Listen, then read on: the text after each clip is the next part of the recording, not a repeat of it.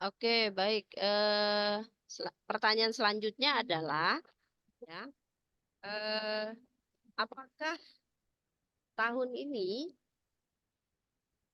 sudah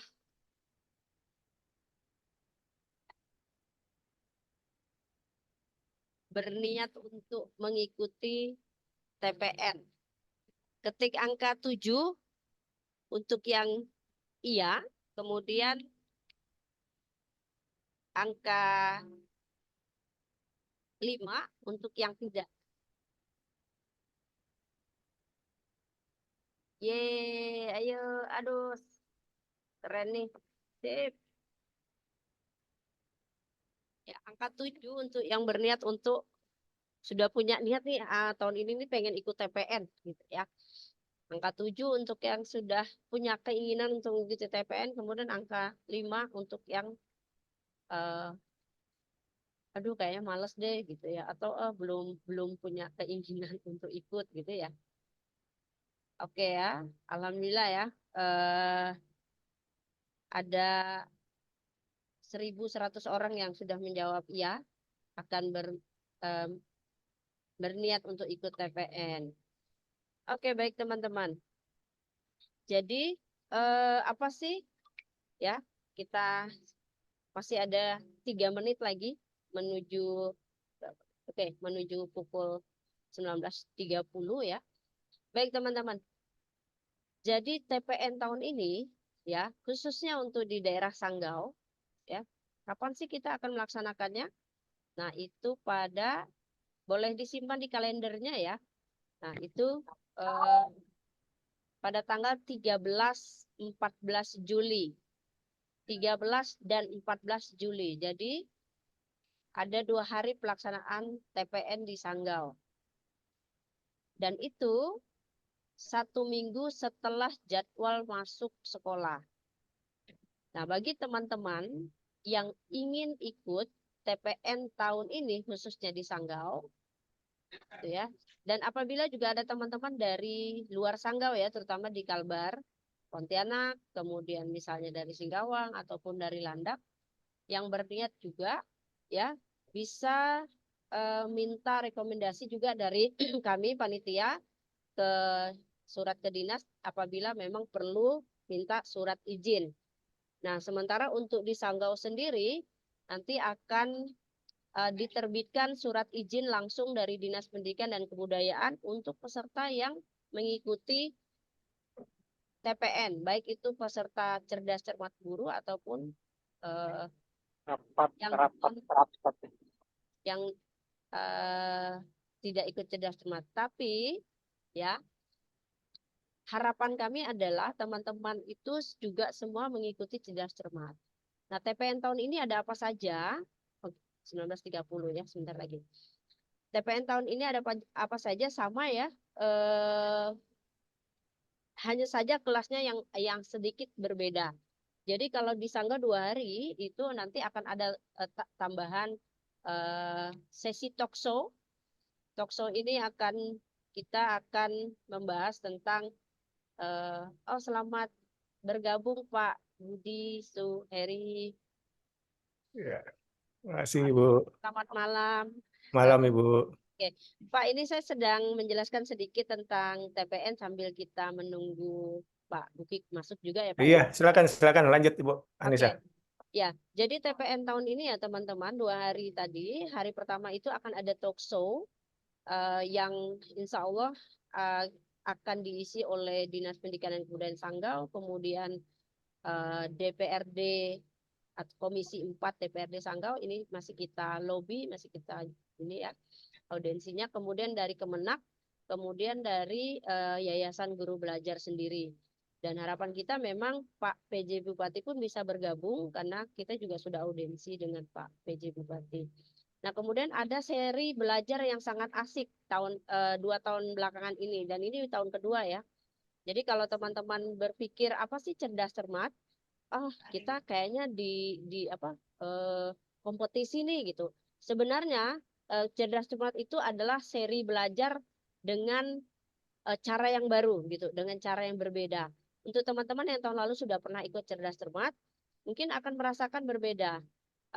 Banyak pelajaran yang bisa kita dapatkan. Bahkan mungkin ada hal-hal yang selama ini pernah kita lakukan ternyata keliru gitu. Atau misalnya sesuatu yang mungkin kita ingin lakukan ternyata dapat solusinya di cerdas cermat. Memang bentuknya berupa soal-soal gitu ya, kemudian ada pilihan jawaban, tapi justru itu yang mengarahkan kita pada praktik-praktik baik yang mungkin bisa kita lakukan bahkan atau pernah kita lakukan tapi oh bener nih atau oh ternyata keliru harusnya seperti ini. Itu cerdas cermat itu seri belajar yang sangat berbeda kalau menurut saya dan mungkin teman-teman yang lain yang sudah pernah ikut juga merasakan hal yang sama gitu ya. Nah, kemudian ada kelas pendidik dan kelas penggerak. Nah, itu di hari kedua gitu. Nah, lokasi kita di mana nih? Lokasi kita adalah tahun ini di hari pertama itu di Aula DPRD Kabupaten Sanggau, kemudian yang hari kedua itu di SMK Negeri 1 Sanggau. Jadi lokasinya tidak berjauhan. Eh, Terus Bu Anissa kalau misalnya teman-teman dari luar Kabupaten Sanggau nih yang tidak melaksanakan, kalau teman-teman dari Sintang ini kan akan melaksanakan juga ya dan itu waktunya juga bersamaan dengan Sanggau gitu. Nah, kalau misalnya teman-teman Pontianak, Landak, atau misalnya teman-teman dari Singkawang nih, kebetulan ada juga teman saya dari Singkawang ya. Nah, kalau misalnya teman-teman dari Singkawang mau ikut gimana? Silahkan gitu. Karena nanti di pilihan lokasi tinggal pilih aja bahwa itu ikut di Kabupaten Sanggau. Jadi jangan salah klik gitu ya. Nah, nanti eh, kenapa harus mendaftar? Karena kalau kita tidak daftar, data kita tidak masuk. Kemudian juga yang kedua, nanti tentunya kita tidak dapat sertifikat. Nah, sertifikat itu tidak diterbitkan oleh kami ya, tidak diterbitkan oleh KGBN Sanggau, tapi justru diterbitkan langsung oleh panitia pusat dari Yayasan Guru Belajar gitu. Nah itu. Nah nanti akan ada teman-teman dari KGBN Sanggau yang akan share link pendaftaran ya. Silahkan boleh diintip-intip di kolom kolom chatnya ya. Share link pendaftaran peserta ya. Jadi pendaftaran peserta di Sanggau itu kita tutup 1 minggu sebelumnya supaya kita bisa meneruskan surat ke Dinas Pendidikan untuk diterbitkan surat izinnya gitu. Jadi kalau ada teman-teman yang bergabung atau misalnya daftar setelah itu, ya bisa saja kita tidak masalah, tapi mungkin tidak ada surat izin yang diterbitkan dari dinas itu aja sih.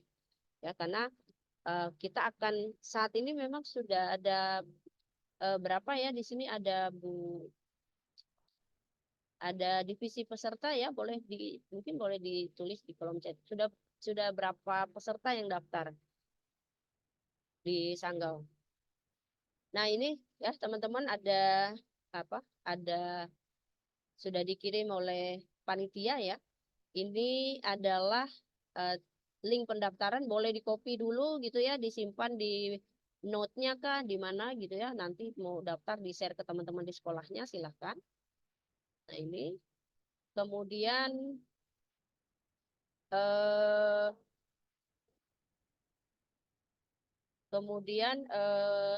nanti juga teman-teman mengirimkan link pendaftaran untuk cerdas cermat. Nah, cerdas cermat itu minimal 3 orang, kemudian maksimal 6 orang. Jadi 3 orang peserta utama, kemudian 3 orang pendukung gitu ya. Nah, kemudian eh, kalau untuk cerdas cermat memang berbayar ya teman-teman. Itu berbayar satu tim, itu per tim ya, bukan per orang. Untuk cerdas cermat itu berbayar per timnya. Tadi teman-teman ya. Selamat malam Pak Daniel. Pak Daniel Staris dari pengurus pusat ya, dari Medan.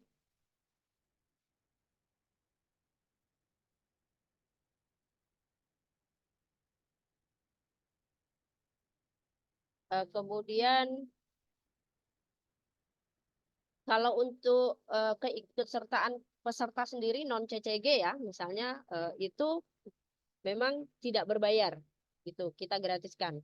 Dan memang kita juga tidak menyediakan konsumsi, tapi kita akan bekerja sama dengan UMKM di Sanggau, sehingga nanti teman-teman bisa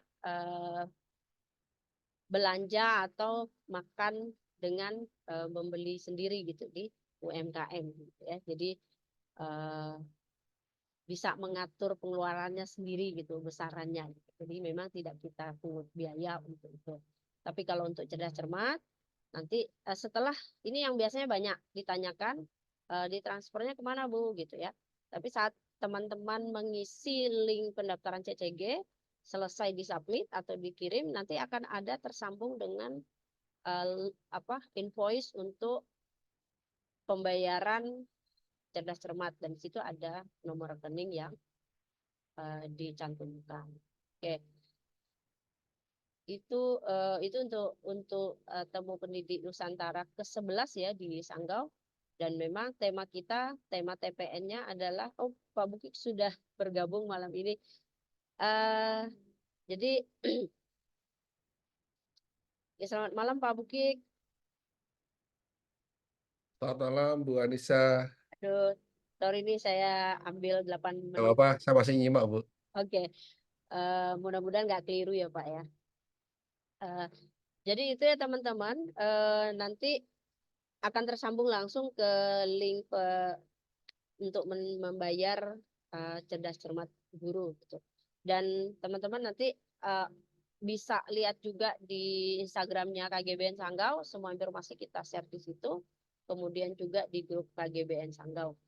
Nah harapannya dukungan dari dinas ya Pak Budi, dari bahwa mudah-mudahan dari dinas juga bisa mendorong Siap, Ibu. bisa mendorong masing-masing kecamatan untuk permintaan kita 7 tim dari setiap kecamatan, Pak. Siap. Edarannya sudah kita sampaikan, Ibu. Ya, kayaknya memang perlu WA sakti lagi, Pak ya. Iya. Kalau berharap gitu agak anu sepertinya. Iya, gitu. Kita coba upayakan lagi, Bu, dengan cara yang lain.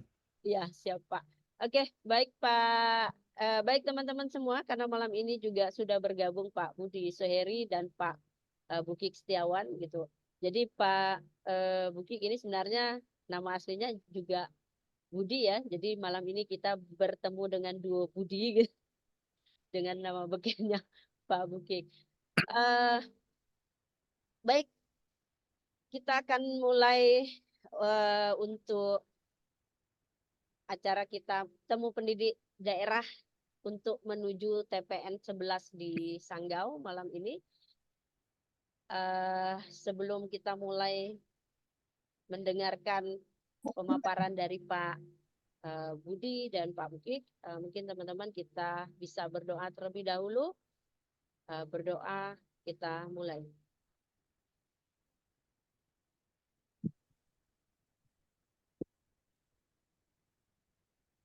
Oke, berdoa selesai. Oke, baik teman-teman.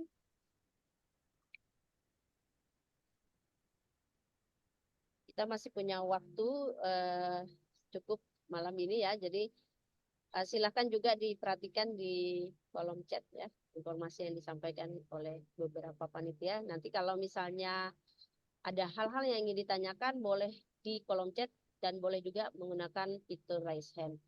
Baik, untuk acara yang pertama, ya, saya akan meminta Pak Budi terlebih dahulu untuk menyampaikan banyak patah kata, kalau sepatah dua patah aja nih, banyak patah kata gitu ya, terkait dengan kegiatan TPN kita dan juga dukungan dari Dinas Pendidikan terhadap kegiatan kita saat ini. Baik, layar kami persilakan Pak. Baik, terima kasih Bu Anissa atas waktu dan kesempatannya. Assalamualaikum warahmatullahi wabarakatuh. Selamat malam dan salam sejahtera buat kita semua. Yang saya hormati Ketua Yayasan Guru Belajar, Bapak Bukik Setiawan. Selamat malam Pak, apa kabar? Yang Malam saya Pak Budi, kabar baik, Alhamdulillah. Alhamdulillah, yang saya hormati Ketua KGBN Kabupaten Sanggau, Ibu Anissa Fitri, yang saya hormati Bapak Ibu peserta webinar pada malam hari ini dalam temu pendidik daerah menuju temu pendidik Nusantara ke-11 ya. Tidak terasa sudah temu pendidik 11 ya. Saya baru bergabung di Dinas Pendidikan ini ya, kemarin pada saat temu pendidik ke-9 ya. Ke-9, ke-10 saya ikut. Nah, kemudian alhamdulillah insya Allah ketemu lagi dengan temu pendidik Nusantara yang ke-11 yang akan kita laksanakan.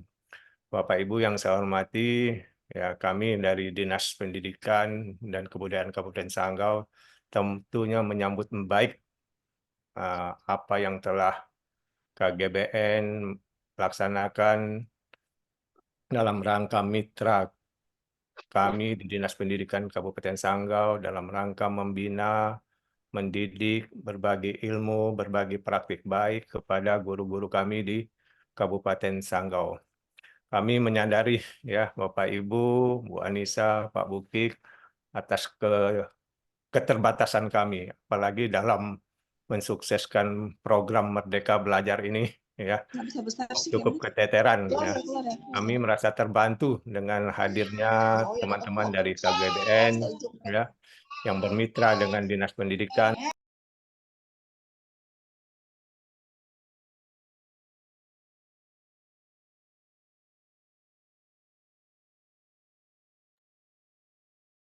Merdeka Belajar khususnya di Kabupaten Sanggau. Tentunya kami berharap kegiatan ini akan terus berlanjut ya Bapak Ibu. Semoga kegiatan ini yang bermanfaat bagi kita, bagi di dunia pendidikan di Kabupaten Sanggau akan terus berlanjut.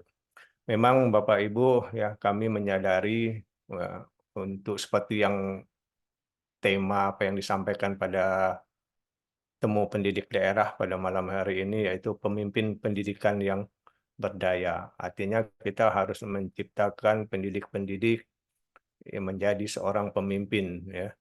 Pemimpin di kelas, pemimpin di sekolah. Kami menyadari untuk mencari seorang pemimpin kepala sekolah memang sangat-sangat susah ya. Kami kurang tahu juga apa sebabnya ini Pak Bukik ya. Nanti mungkin Pak Bukik, Bu Anissa bisa memotivasi ya rekan-rekan guru-guru kami ini untuk berani tampil menjadi pemimpin. Pemimpin yang di pendidikan di level terendah yaitu menjadi kepala sekolah. Ya, kami menyadari memang berharap untuk menjadi kepala sekolah sepertinya guru-guru kita ini ogah ya, Bapak. Nah, kami ada hal-hal tertentu lah yang menyebabkan guru kita ini tidak mau menjadi kepala sekolah. Ada hal dalam tanda kutip yang menyebabkan guru kita ini enggan menjadi kepala sekolah. Ya, kalau sekolah tidak ada pimpinannya, mau bagaimana lagi kan sekolah kita ini? Ya, mungkin nanti Pak Bukik, Bu Anissa bisa memotivasi rekan-rekan guru kami supaya berani tampil ya, berani tampil untuk memimpin sebuah sekolah. Ya. Dengan apalagi sekarang ini untuk menjadi kepala sekolah diwajibkan berasal dari guru penggerak. Setiap tahunnya lulusan guru penggerak khususnya di Kabupaten Sanggau memang jumlahnya sangat sedikit. Jadi masih banyak sekitar 200-an khususnya untuk SD di Kabupaten Sanggau statusnya masih PLT. Artinya antara ketersediaan lulusan guru penggerak dengan kebutuhan kepala sekolah kita masih sangat-sangat jauh ya. Ini yang namanya juga regulasi mau tidak mau ya harus kita jalani. Nah, itu tadi ya, untuk mendorong guru-guru ikut program sekolah guru penggerak memang agak susah juga. Karena itu tadi takut nanti setelah jadi guru penggerak diangkat menjadi kepala sekolah terus ditempatkan ke tempat yang tidak sesuai dengan keinginan, tidak jauh dari dari rumah. Nah, itu mungkin jadi problem juga bagi kami di Dinas Pendidikan ya. Tidak gampang untuk mengatur memindahkan guru, tidak tidak seperti kita memindahkan barang ya. Melalui program guru penggerak ini kami juga ya berharap ya dukungan dari Bapak Ibu, dari kepala sekolah, dari guru untuk mau turut serta mau untuk mendaftarkan diri di guru penggerak. Baik Bapak Ibu yang saya hormati, bahwa memang kami di Dinas Pendidikan sudah berusaha untuk menjalankan apa yang menjadi kebijakan dari pemerintah pusat. Artinya bahwa pemerintah Kabupaten Sanggau juga harus sejalan dengan apa yang menjadi program pemerintah pusat. Nah, kami dari Dinas Pendidikan dan Kebudayaan Kabupaten Sanggau ya, berusaha untuk menganggarkan setidaknya seperti yang telah kita lakukan, kita memberi BIMTEK kepada kepala-kepala sekolah, apalagi kepala-kepala sekolah yang baru dilantik, guru yang baru dilantik menjadi kepala sekolah, ya kita memberi pendampingan, memberi bimbingan, memberi penguatan untuk menjadi seorang pemimpin di sekolah. Kemudian juga kita melalui Dinas Pendidikan dan Kebudayaan Kabupaten Sanggau juga mengirim guru-guru kita untuk melakukan BIMTEK, pelatihan baik itu di tingkat provinsi maupun di tingkat pusat. Artinya bahwa apa yang menjadi program pemerintah pusat harus didukung dan harus sejalan juga dengan program dari pemerintah Kabupaten Sanggau. Nah, Bapak Ibu yang saya hormati, sebagai insan pendidikan, kami berterima kasih juga pada KGBN yang selama ini telah banyak kegiatan, telah banyak melibatkan guru-guru kami, sehingga guru kami banyak ilmu yang bertambah ya Bapak Ibu melalui kegiatan-kegiatan yang dilaksanakan oleh KGBN. Nah, melalui temu pendidik daerah ini kami akan mensupport rencana kegiatan TPN ke-11 ya. Artinya kami juga selama telah mengeluarkan surat edaran, kami telah menghimbau guru-guru untuk ikut serta dalam kegiatan TPN 11 ini. Tapi ya seperti apa yang dikatakan Bu Anissa tadi, memang kalau berharap sukarela memang agak susah ya. Memang sepertinya agak sedikit harus digiring ya Bu Anissa ya. Memang ya kita mungkin agak diwajibkan setiap kecamatan ada perwakilannya, tadi Bu Anissa sempat menyampaikan ya minimal ada 7, satu perwakilan, satu kecamatan bisa ikut dalam cerdas cermatnya. Ya, melalui program ini kami berharap Pak Bukik, Bu Anissa ya memberi motivasi lah kepada guru-guru kami, kepada kepala sekolah kami untuk berbuat yang lebih baik. Saya rasa mungkin itu saja, sepatah, dua patah, tiga patah kata dari kami mewakili Dinas Pendidikan. Mohon maaf juga Pak Bukit, seharusnya tadi Pak Kadis ya yang diharapkan bisa hadir tampil di sini. Namun beliau saat ini sedang berada di Jakarta mendampingi anggota Dewan Kunjungan Kerja ke Kementerian Pendidikan dan Kebudayaan Kabupaten Sanggau. Dan itu Bapak Ibu singkat apa yang dapat kami sampaikan, kurang lebih mohon maaf. Wabillahi taufiq wal hidayah. Wassalamualaikum warahmatullahi wabarakatuh. Terima kasih. Assalamualaikum warahmatullahi wabarakatuh. Terima kasih Pak Budi. Ini tadi juga udah ada dikirim nih Pak oleh teman-teman panitia ya. Jadi sampai saat ini sudah ada 124 orang yang mendaftar sebagai peserta. narasumbernya sudah ada 27 orang yang lolos kurasi dari panitia pusat, tapi CCG-nya baru 4 tim. Jadi mungkin Masih jauh dari target ya Ibu masih jauh dari Anissa. target kita 100 tim, Pak. Masih sangat-sangat jauh. Nanti kita coba upayakan lagi Ibu. Ya. Oke. Mungkin sekarang lagi masa mau Siapa mau bagi rapor ya? mau bagi rapot, mau libur, mungkin ya belum fokus ke situ. Oke. Terima kasih, Pak Budi. Baik teman-teman, harapan kami juga Pak Budi masih bisa ikut stay sampai selesai. Baik, Tapi baik. nanti Ya, mudah-mudahan bisa sampai selesai Ibu. ya, jadi mungkin kita bisa mendengarkan masukan-masukan ataupun apa eh, pengetahuan yang mungkin lebih mendalam dari Pak Buki terkait dengan pendidikan, pemimpin pendidikan yang berdaya, karena ini tema besar kita untuk TPN, jadi bukan hanya tema di Sanggau tapi tema besar TPN 11 gitu yang akan diusung juga nanti pada puncaknya di tanggal 2 dan 3 November Pak Budi. Jadi mudah-mudahan dari dinas bisa ikut serta ke Jakarta juga nanti di Ya, bulan. mudah-mudahan insya Allah Ibu. Oke, baik teman-teman, setelah ini kita akan langsung mendengarkan pemaparan dari Pak Buki Setiawan, dan Pak Buki juga bisa share screen langsung dari perangkatnya gitu.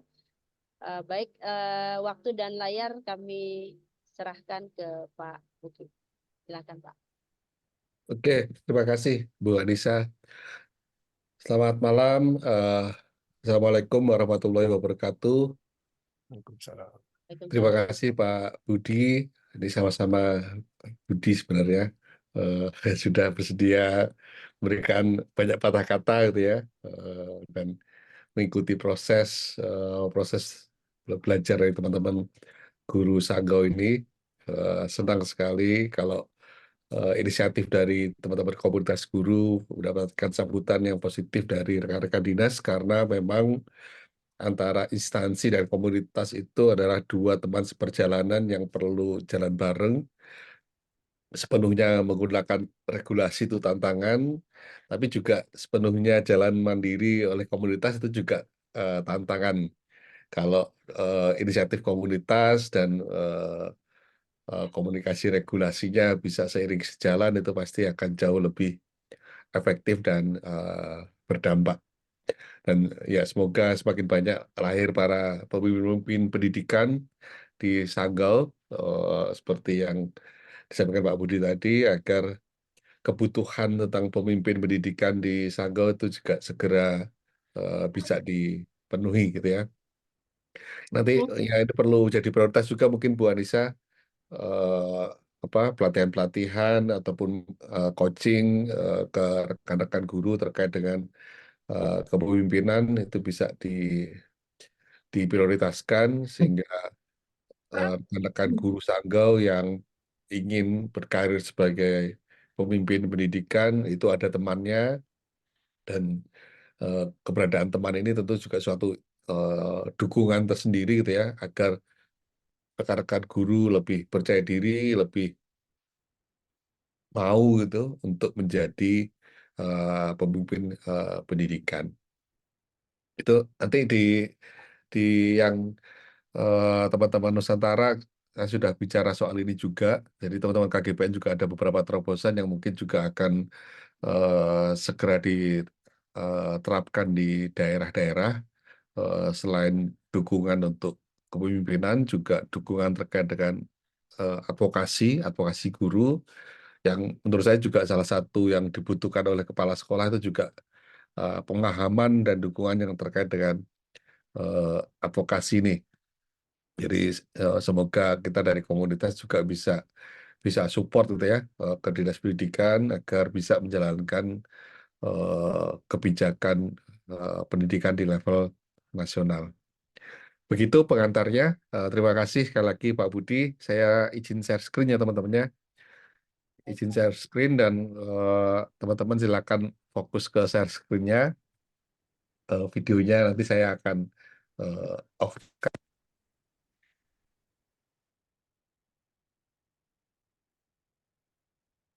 Ya, seperti disampaikan oleh Bu Anissa tadi, kita akan bicara soal pemimpin pendidikan yang berdaya. Topik ini sebenarnya sudah di launching, sudah diumumkan sejak setahun yang lalu, ya.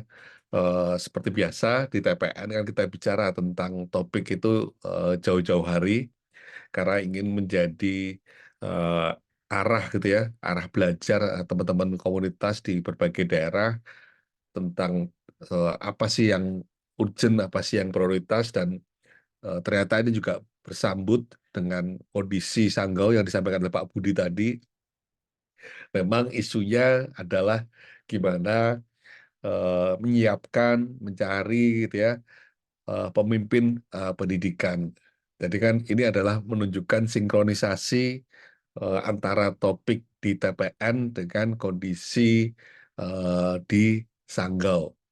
Ya, jadi topik ini artinya dipilih memang membumi gitu ya, sesuatu yang dekat dengan situasi yang dihadapi eh, para praktisi maupun pengambil kebijakan pendidikan di daerah.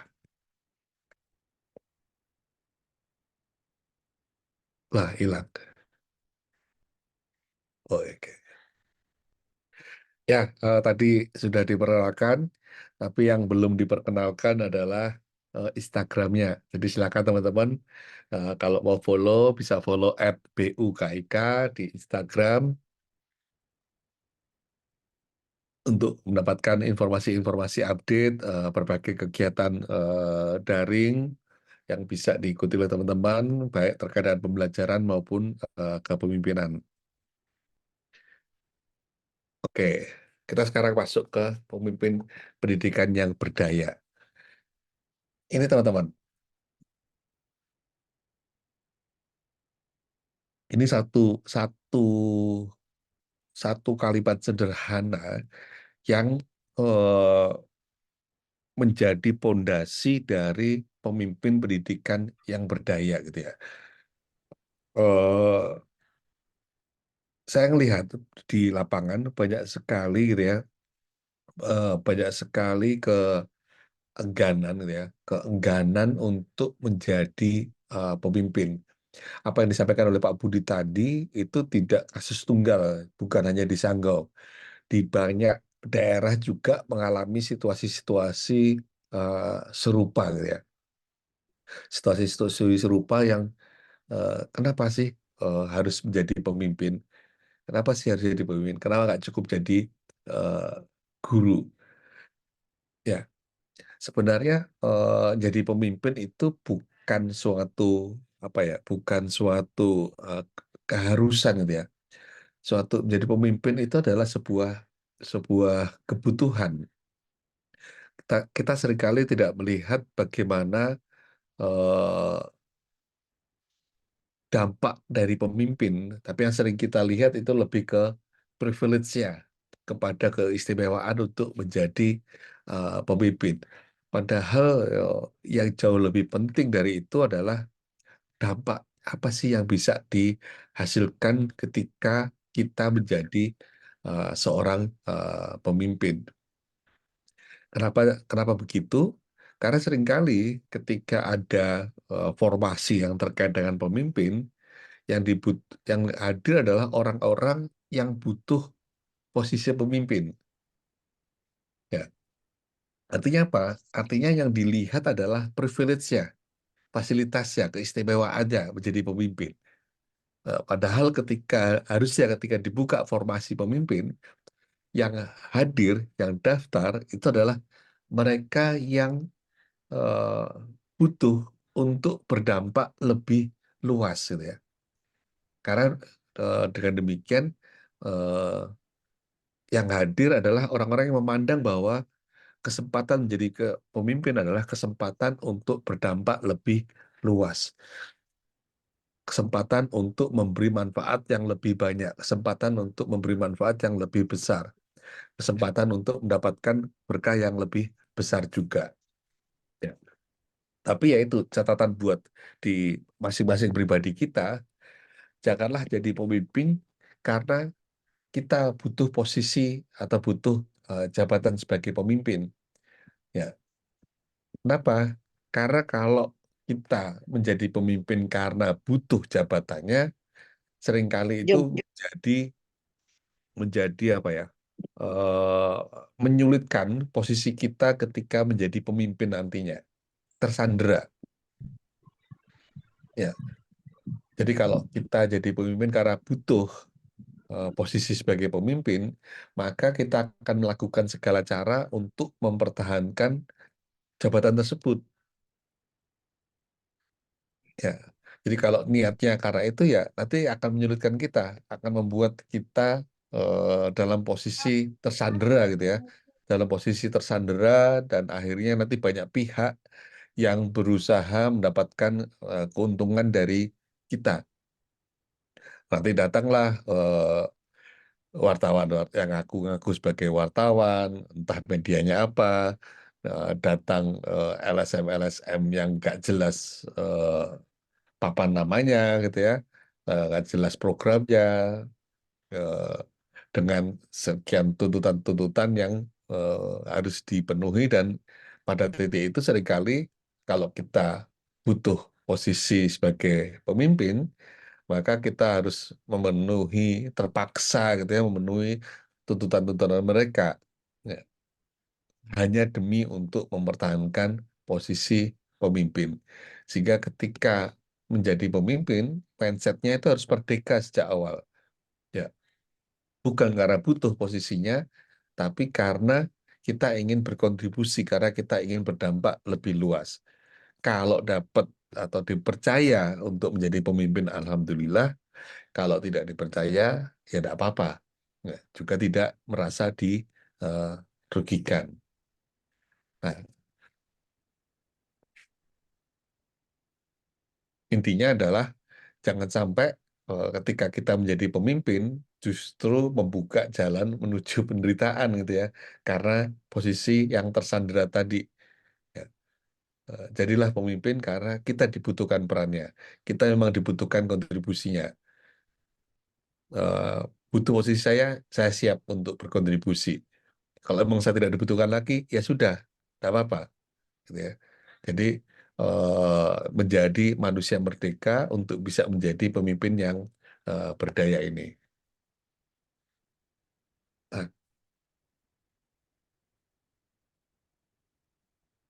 nah, itu yang pertama ya teman-teman ya. Jadi niatnya adalah karena kita ingin berkontribusi. Yang kedua adalah pemimpin yang berdaya adalah mereka yang melahirkan daya. Melahirkan daya. Daya itu apa sih? Daya itu kalau bahasa Inggrisnya adalah power.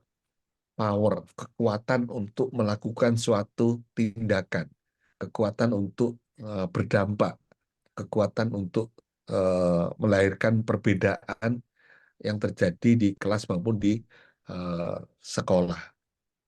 Ya, pemimpin yang berdaya adalah memang mereka sejak awal itu punya daya dalam dirinya. Ya, jadi dayanya, powernya, kewenangannya itu bukan karena jabatan, tapi karena memang kapasitas dalam dirinya.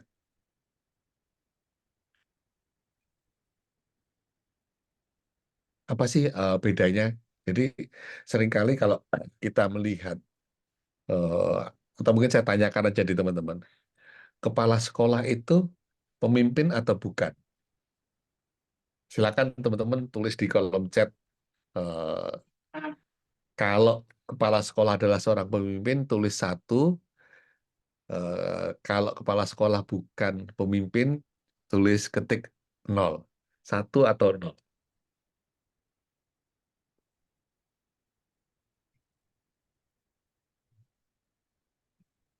Yakin kepala sekolah itu pemimpin.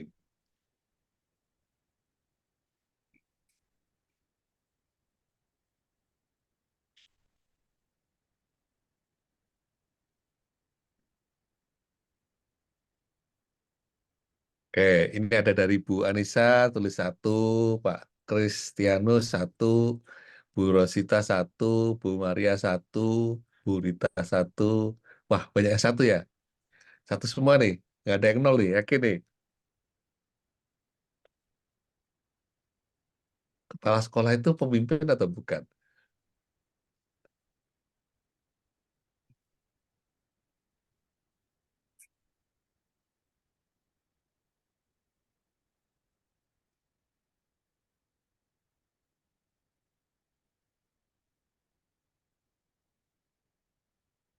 Oke. Sudah, tidak ada satu semua. Sudah kompak satu semua.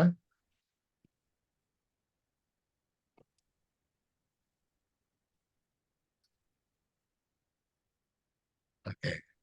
Ya, jadi sekarang kita perlu definisikan lagi ya.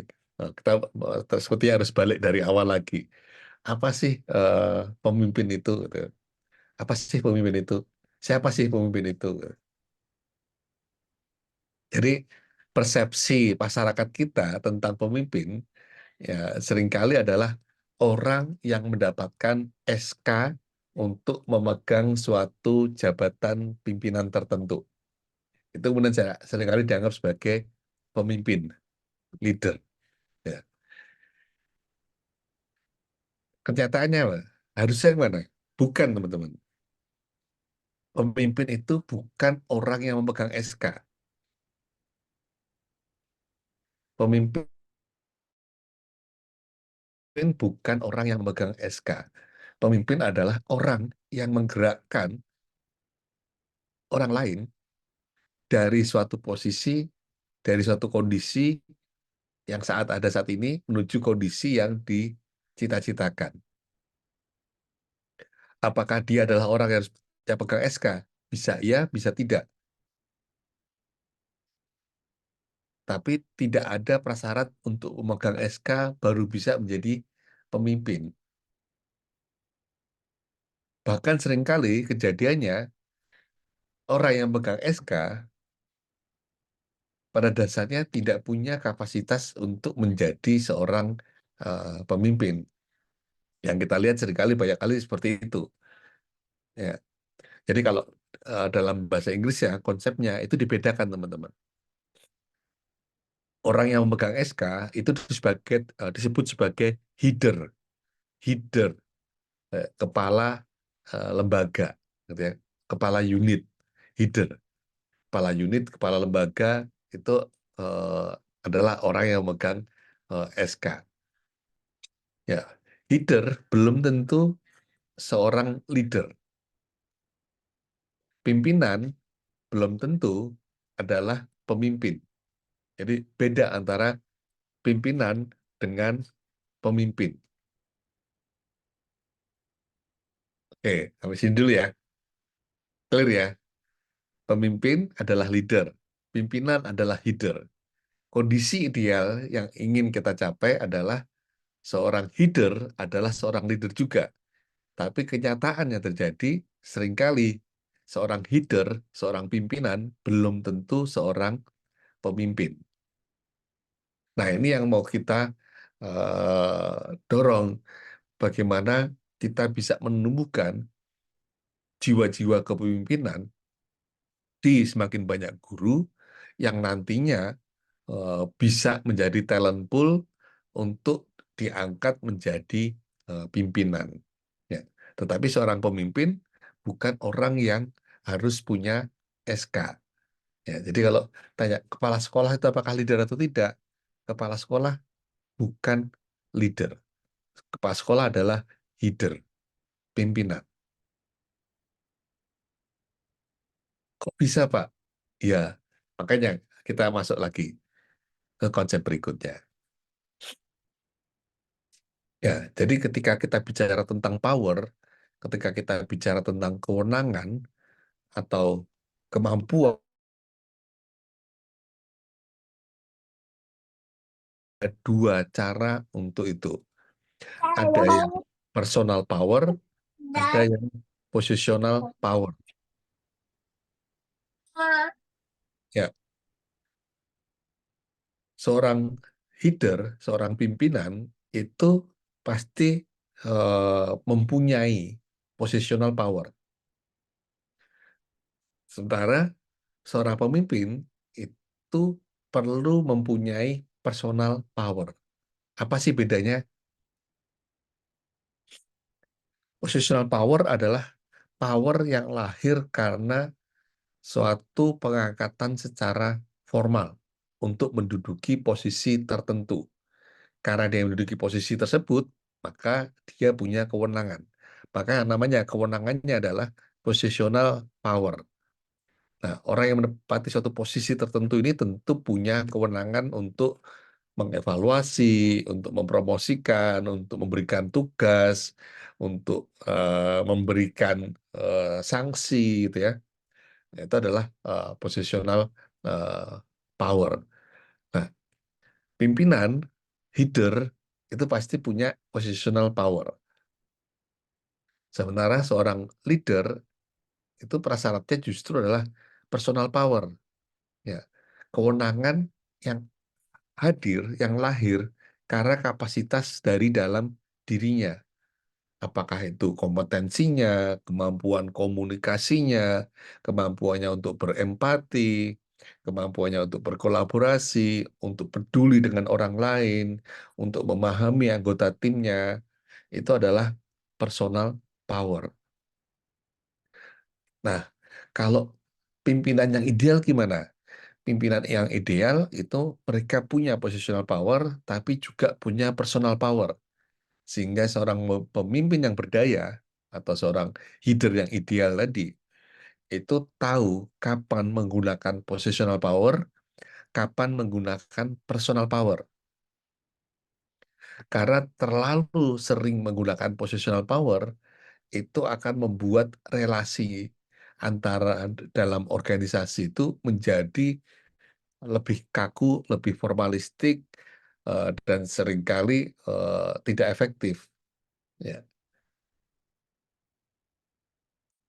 Positional power diperlukan, tetapi perlu digunakan secukupnya secara bijak, ya, tidak terlalu berlebihan.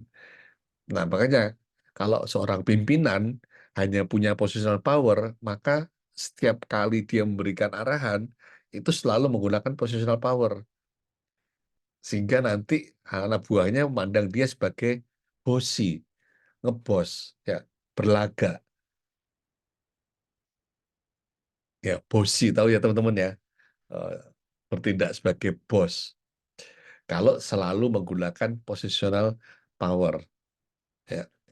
Pemimpin yang berdaya atau pimpinan yang ideal itu mengkombinasikan antara positional power dengan personal power. Ya, seringkali bahkan di awal-awal seorang pemimpin yang berdaya ini menggunakan personal power, bersedia untuk memahami, memberikan penjelasan, mengkomunikasikan secara intensif ke anggota timnya, ke guru-gurunya, ya, sehingga orang-orang sadar, why, kenapa harus melakukan ini, dan mereka eh, punya inisiatif untuk terlibat dalam program-program prioritas dari unit atau organisasinya. Nah, meskipun demikian nanti akan dikuji juga di positional power gitu ya, dengan SK penunjukan. Tapi personal power, komunikasi, empati, kompetensi itu sangat jadi apa ya, kunci untuk menjadi seorang pemimpin. Inilah yang pembeda antara leader dengan leader.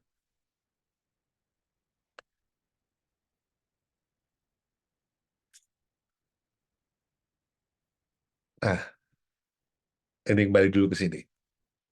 Jadi pemimpin yang berdaya adalah mereka yang melahirkan daya dalam dirinya.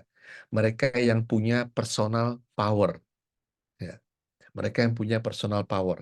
Jadi sebelum ditunjuk jadi kepala sekolah, sebelum ditunjuk jadi pengawas sekolah, mereka sebenarnya sudah punya power. Ya. Mereka sudah punya power dalam dirinya. Mereka sudah punya daya. Daya itu kalau bahasa Inggrisnya power. Ya. Dan orang yang bisa memberdayakan adalah orang yang secara personal sudah punya power. Bagaimana baterai, bagaimana HP yang kehabisan baterai bisa mengisi power HP yang lain? Ya, nggak bisa kan? bagaimana power banknya nggak ada powernya, nggak ada dayanya, bisa untuk mengisi eh, daya HP kita. Ya nggak bisa. Jadi pemimpin, orang yang bisa memberdayakan orang lain adalah orang yang berdaya, orang yang punya power, orang yang punya daya, yang bisa melahirkan daya secara mandiri, tidak tergantung pada faktor-faktor eksternal. Yang daya dalam dirinya ini kemudian ya dipakai untuk penggunaan sumber daya yang tersedia. Ya, kalau eh, diangkat jadi guru, apa sih sumber daya yang dimiliki oleh guru? Kalau diangkat jadi kepala sekolah, apa sih daya yang dimiliki oleh kepala sekolah? Sehingga itu yang kemudian digunakan sumber dayanya. Dan sumber daya ini digunakan untuk apa? Untuk menggerakkan tim dan komunitasnya mewujudkan sebuah cita-cita. Jadi prasyaratnya adalah punya daya dulu, punya personal power dulu. Setelah punya personal power, baru menggunakan positional powernya. Itu adalah konsep dari pemimpin yang eh, berdaya. Nah, bagaimana agar seorang pemimpin itu bisa terus-menerus melahirkan daya?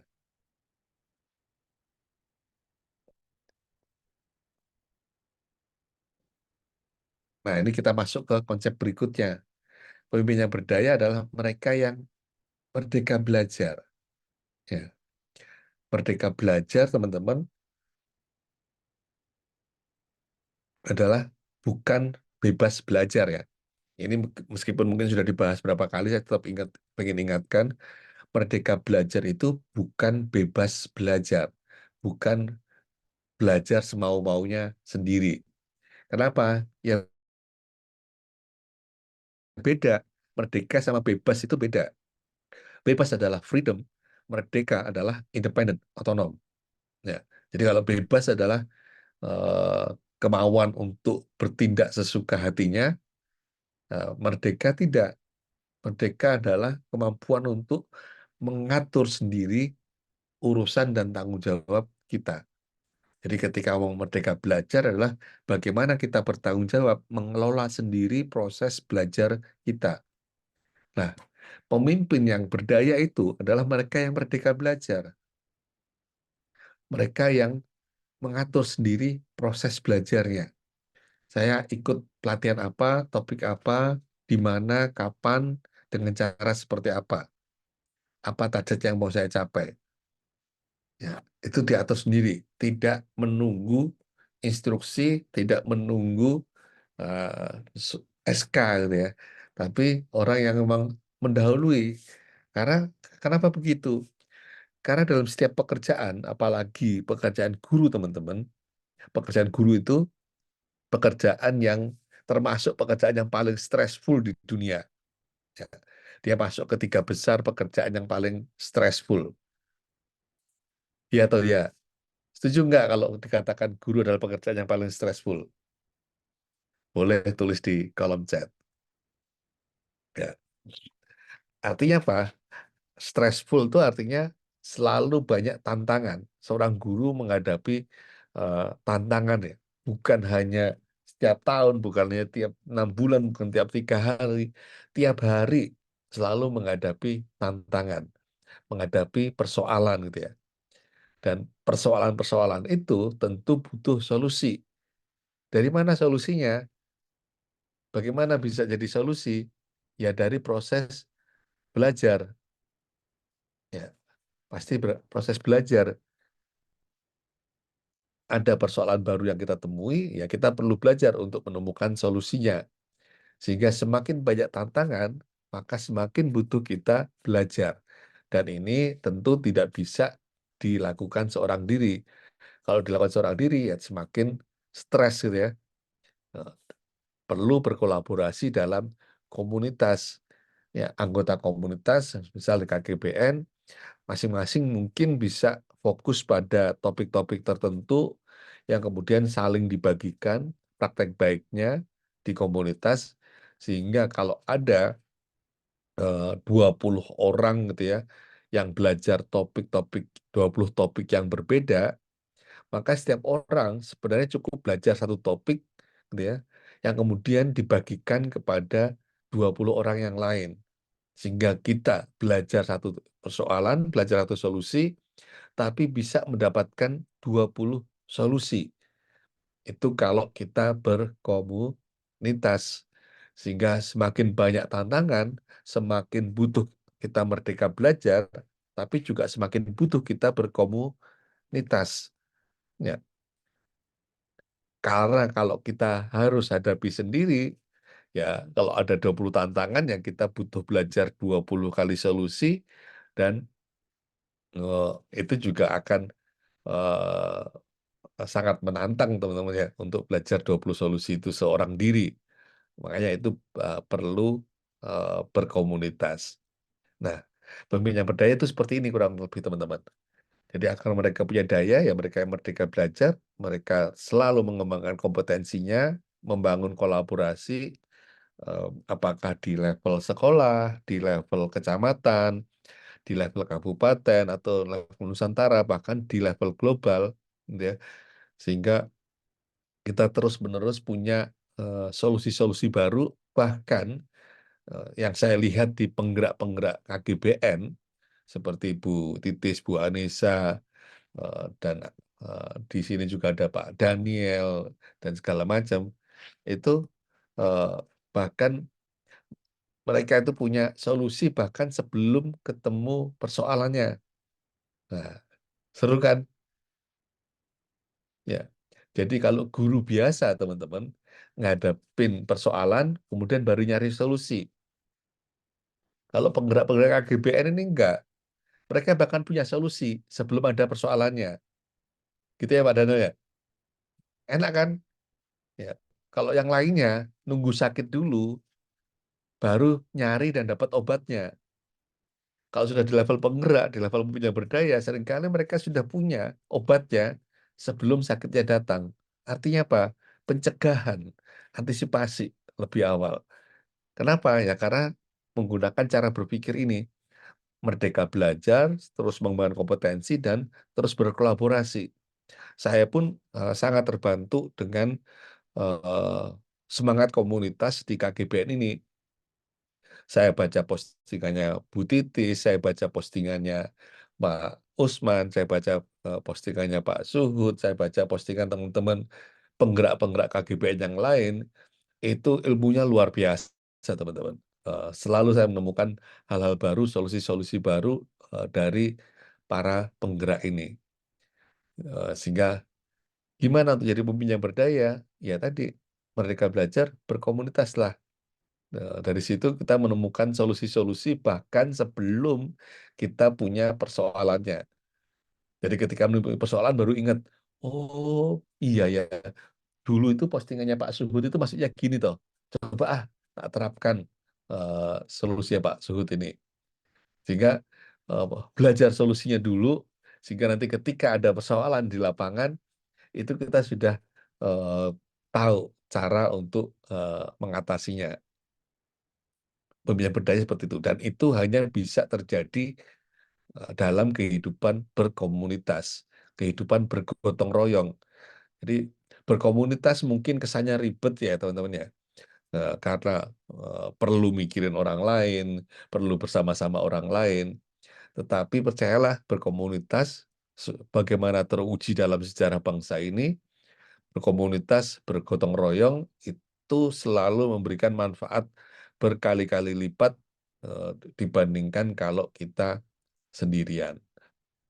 Ya, kalau sendirian mungkin ya bisa mencapai capaian prestasi tertentu, ya dalam suatu waktu iya.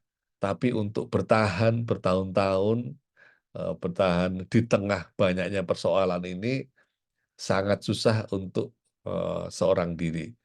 Itu akan eh, lebih apa? Lebih berkelanjutan dengan berkomunitas.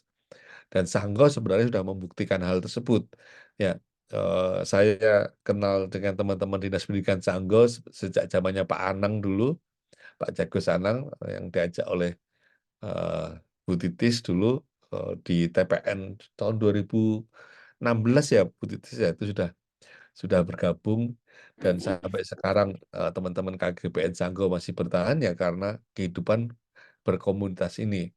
Kalaulah itu seorang diri, paling setahun 2 tahun kelihatan tenar, kelihatan wah berprestasi. Tapi setelah itu ya akan kesulitan untuk menjaga nafas gitu.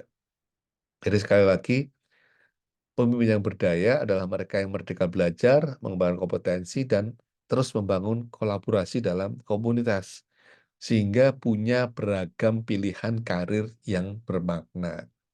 Sehingga punya beragam pilihan karir. Ya, tidak hanya satu. Jadi pimpinan bisa, jadi penulis buku bisa, jadi pembuat media ajar bisa, jadi pembuat konten kreator bisa, jadi guru promotor bisa, ya. Dan dan ini ya jauh lebih apa ya, yang lebih merdeka gitu ya. Karena kalau kalau satu jalan buntu, maka akan ada jalan yang lain, tidak pernah kehabisan jalan dalam berkarir. Nah, ini berikutnya. Pemimpin yang berdaya adalah mereka yang sadar tantangan itu tidak bisa diselesaikan seorang diri, sehingga memilih kepemimpinan kolektif dalam menggerakkan perubahan. Seringkali yang kita lihat, misal gitu ya, seringkali yang kita lihat pimpinan itu eh, mengambil semua kesempatan tampil gitu ya, mengerjakan sendiri, tampil sendiri, seolah-olah eh, eh, bisa menyelesaikan semua persoalan sendiri. Ya, nyatanya namanya tantangan itu nggak pernah habis-habisnya gitu ya. Sehingga eh, untuk menyelesaikannya kepemimpinan yang sifatnya kolektif, kepemimpinan kolaboratif itu yang menjadi kunci. Artinya kita perlu berbagi kewenangan, Nggak jelas ya. bagi tanggung jawab sebagai seorang pemimpin. Zoom.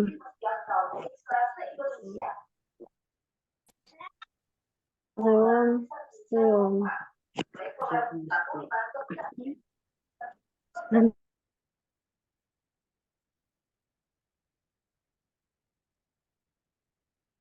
Oke. Jadi kalau ada, misalnya teman-teman ya, kalau di komunitasnya gitu ya, atau di sekolahnya ada guru ya yang menemukan praktek baik, ada guru yang menemukan solusi-solusi baru, janganlah dianggap sebagai saingan gitu ya. Ya, justru kita harus gembira gitu ya. Kalau ada orang lain dalam komunitas kita, dalam organisasi kita, itu yang punya terobosan-terobosan, yang punya solusi-solusi. Ya, kalau pimpinan biasanya akan merasa terancam gitu ya, kalau ada orang lain yang bersinar lebih terang dari dirinya. Sementara kalau pemimpin yang berdaya, pemimpin yang punya daya, punya sinar dari dalam dirinya, mereka tidak khawatir dengan orang-orang di sekitarnya yang juga punya sinar. Kenapa? Ya karena dia sendiri punya sinar, sehingga nggak pernah khawatir, nggak pernah risau dengan orang lain yang punya sinar. Justru gitu ya, justru pemimpin yang berdaya memfasilitasi orang-orang yang bersinar tersebut untuk juga menjadi pemimpin. Inilah kemudian konsepnya disebut sebagai pemimpin melahirkan pemimpin yang lain. Ya. Seorang pemimpin yang baik itu melahirkan pemimpin.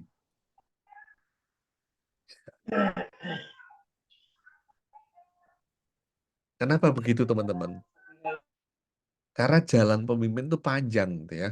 Visinya itu besar, cita-citanya besar, dan untuk mewujudkan cita-cita tersebut tidak dibutuhkan lebih dari satu pimpinan. Butuh banyak leader, butuh banyak pemimpin.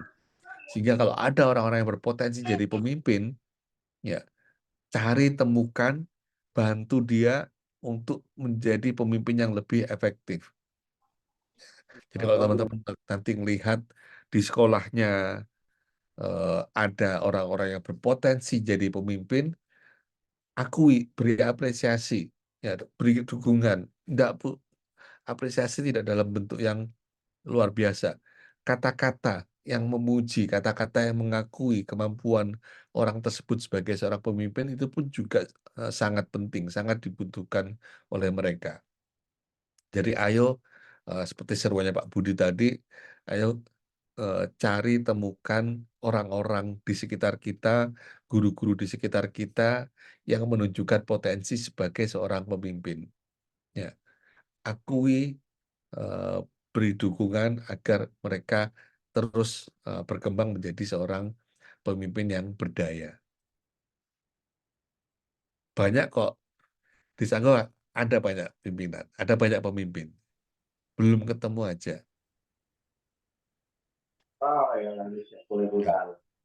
Lanjut, pemimpin yang berdaya adalah mereka yang mengembangkan kepemimpinan secara bertahap, secara reflektif.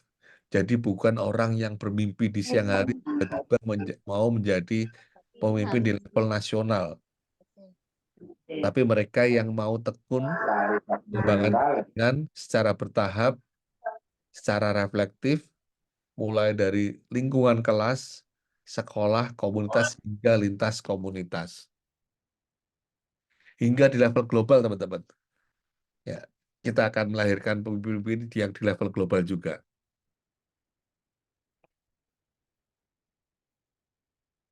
Karena kalau bicara visi saya gitu ya, visi Yayasan Belajar itu bukan hanya Indonesia. Kita ingin memimpin itu di Asia Pasifik. Ya. Asia Pasifik itu ya berarti mencakup Asia Tenggara, Asia Timur, hingga Australia. Bisa, bisa teman-teman. Banyak sekali praktek-praktek baik yang kita lakukan terkait dengan Merdeka Belajar, itu adalah praktek-praktek yang punya taraf global sebenarnya. Diferensiasi itu bukan hal yang mudah. Diferensiasi itu hal yang menantang dan itu ketika kita berhasil melakukannya, maka itu kita naikkan standar kita di level global, bisa menjadi acuan global. Pendidikan kontekstual P5 itu bukan hal yang mudah, bukan hal yang sederhana. Ketika kita bisa melakukannya secara efektif, gitu ya, itu menjadikan kita itu pemimpin di level global. Negara lain tidak semudah itu melakukannya, sama aja. Bahkan di kebanyakan negara di Asia Pasifik belum mengakomodasi itu jadi kebijakan pemerintah. Masih menjadi praktek-praktek di level sekolah-sekolah, ya, sekolah-sekolah unggulan. Sementara kita diferensiasi, pendidikan kontekstual itu sudah menjadi kebijakan nasional. Dan kalau rekan-rekan guru ini sudah melakukan itu kita sudah bicara di level global, teman-teman. Coba dicek aja. Nah, ini semakin mengerucut. Kelas, teman-teman, bukan hanya ruangan fisik, tapi sebuah kerumunan. Ya, kerumunan murid-murid yang belum saling mengenal di awalnya. Dengan manajemen kelas, maka seorang guru melakukan transformasi kerumunan itu menjadi komunitas. Ya. Tentu untuk manajemen kelas ini butuh kepemimpinan guru sebagai pemimpin yang berdaya. Ya, jadi ketika ngajar di kelas, teman-teman, ketika mengelola kelas, ketika melakukan manajemen kelas, pada dasarnya teman-teman sedang belajar untuk menjadi pemimpin yang berdaya. Ya, karena kelas itu bukan hanya ruangan, gitu ya. Kelas itu adalah orang-orang. Jadi apa yang dihadapi oleh guru di kelas itu sebenarnya serupa dengan apa yang dihadapi bupati di sebuah kabupaten. Ngurusin orang-orang. Ya, ngurusin orang-orang. Dan bagaimana semakin efektif mengurusi orang-orang dalam sebuah kelas, itu yang menunjukkan kapasitas kita sebagai seorang pemimpin. Apakah ya kita mengelola kelas dengan instruksi dan aturan, atau kita mengatur kelas dengan menggunakan refleksi, dan kesepakatan. Itu akan membedakan kapasitas kita ya, sebagai seorang pemimpin yang berdaya. Guru sebagai pemimpin yang berdaya ya menggunakan personal power, melakukan refleksi, dan membangun kesepakatan. Ya, sementara guru sebagai pimpinan menggunakan positional power, gitu ya, menggunakan positional power, memberikan instruksi dan menggunakan aturan. Ya, terkesan sederhana, tapi itu akan berbeda banget. Kalau sebagai pimpinan, maka ruang kelasnya itu akan selalu butuh kehadiran seorang pimpinan. Kalau ditinggal guru, kelasnya langsung berubah menjadi ke kapal pecah, langsung acak-acakan, langsung nggak ada yang belajar. Ya. Seolah-olah belajar itu adalah kebutuhan guru, gitu ya. Jadi kalau jam kosong, udahlah, ya, nggak ada satupun murid yang belajar, gitu ya. Sementara kalau guru sebagai pemimpin yang berdaya, maka dengan refleksi dan kesepakatan, maka membangun kesadaran tentang bangun kesadaran murid tentang kebutuhan mereka tentang belajar. Sehingga ketika ditinggal oleh guru yang menjadi pemimpin ini, kelas ini tetap belajar. Karena belajar tidak semata-mata kepentingan guru, tapi kepentingan mereka juga. Nah, bayangkan teman-teman, kalau konsep yang sesederhana itu juga bisa diterapkan di level yang lebih luas. Oleh karena itu, sebenarnya tidak ada program pengembangan kepemimpinan yang lebih intensif dibandingkan proses yang dialami guru dalam memimpin kelas sebagai pemimpin yang berdaya. Kita belajar komunikasi persuasi sebagai guru ya. Kita belajar bagaimana menyampaikan instruksi secara melibatkan, kita memandu proses refleksi, kita membuat perencanaan, kita membuat kesepakatan, kita bernegosiasi dengan murid, ya, kita menggunakan sumber daya yang tersedia secara efektif. Semuanya itu adalah eh, program pengembangan kepemimpinan. Ya. Jadi tidak ada program pengembangan kepemimpinan yang lebih intensif dibandingkan proses yang dialami guru dalam memimpin kelas sebagai pemimpin yang berdaya. Semisal sekarang teman-teman, kalau kita lihat indikator-indikator kinerja dalam pengelolaan kinerja, teman-teman cek lihat. Indikator yang pertama, keteraturan suasana kelas. Ya. Membangun keteraturan suasana kelas itu memang ukuran kinerja guru, tapi sekali kita bisa mengelola, membangun keteraturan suasana kelas, maka kita punya ilmu yang bisa diterapkan untuk membangun keteraturan suasana sekolah. Kita punya ilmu untuk membangun keteraturan suasana di desa. Kita bisa punya ilmu yang diterapkan untuk membangun keteraturan di level kecamatan, di level kabupaten. Disiplin positif, penerapan disiplin positif, indikator kedua di pengembangan kinerja, juga serupa seperti itu. Bagaimana kalau ada murid yang melakukan pelanggaran, apa yang perlu dilakukan, apa yang efektif.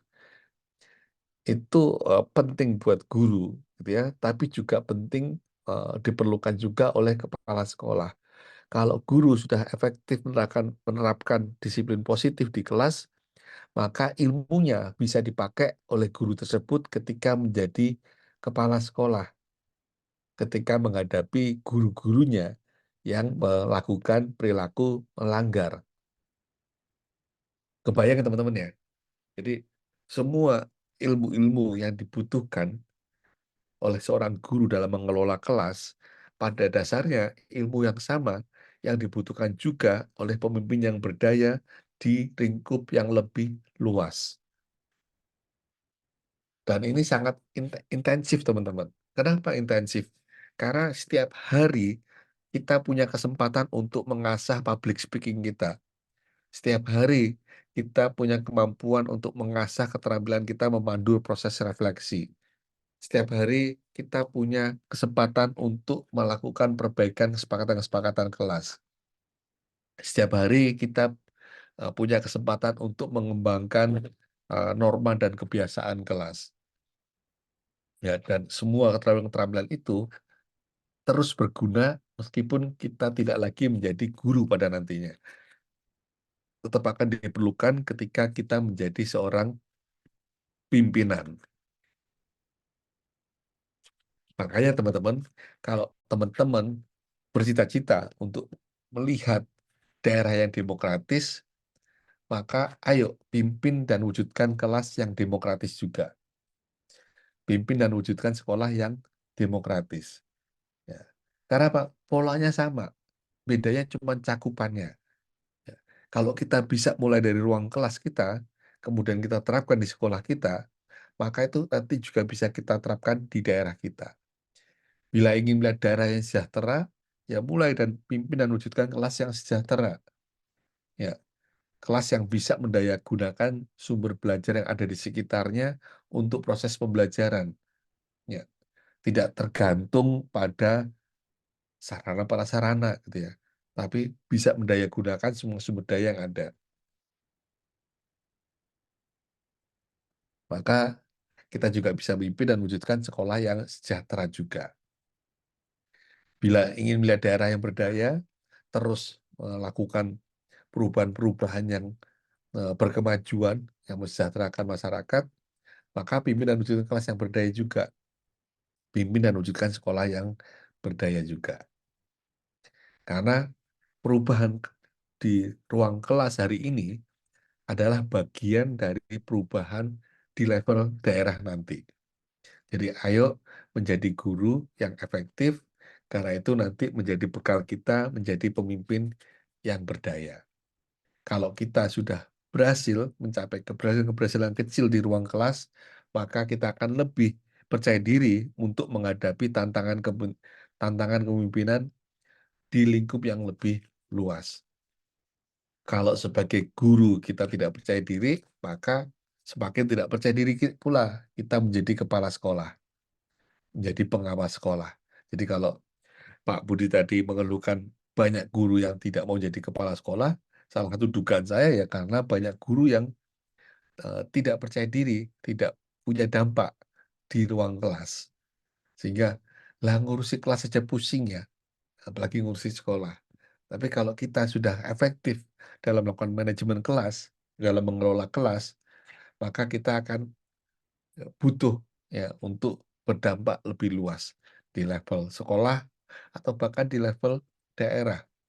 Ya, saya ingin melihat bagaimana guru-guru itu tidak hanya menjadi objek dari penerapan sebuah regulasi, ya, tapi juga menjadi pemimpin di sekolah, pemimpin di daerah, ya, pemimpin yang mengembangkan regulasi-regulasi yang berpihak pada anak, yang berpihak pada guru, yang berpihak pada pendidikan. Kita sangat butuh pemimpin-pemimpin yang seperti itu.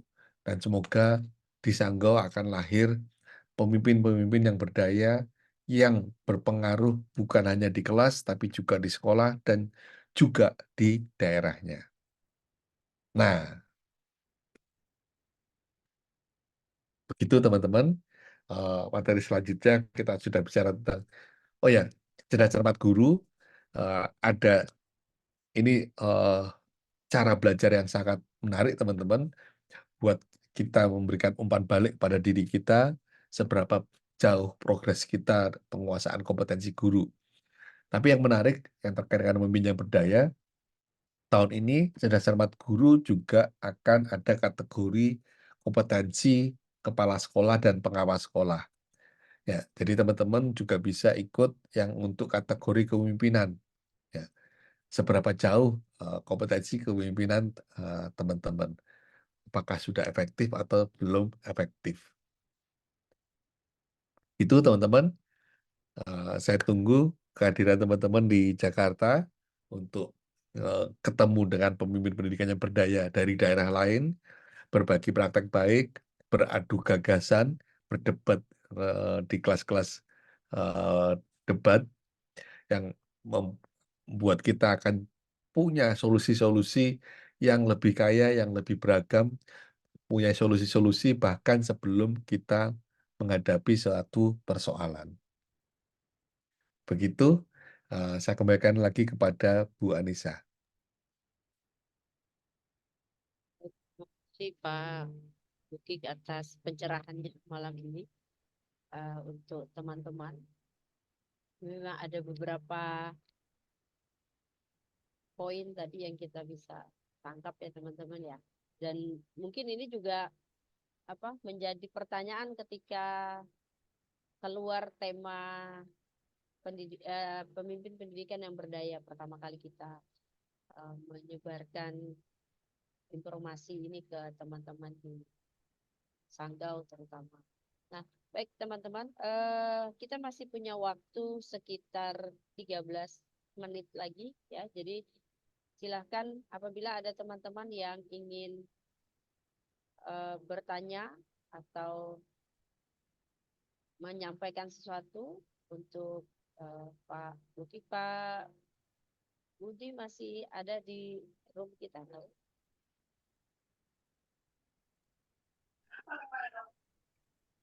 Ya udah keluar ya. Silakan teman-teman. Bagi teman-teman yang menyampaikan sesuatu ingin bertanya, boleh raise hand atau raise hand kemudian nanti open mic, atau misalnya juga bisa bertanya di kolom chat.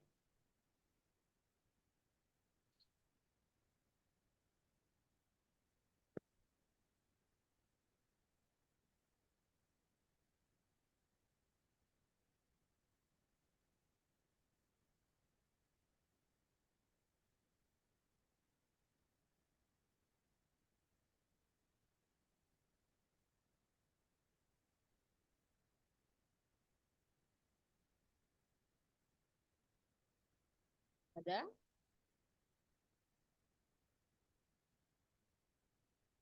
Bingung ya malam-malam dikasih makan malam yang berat nih Pak Bukit.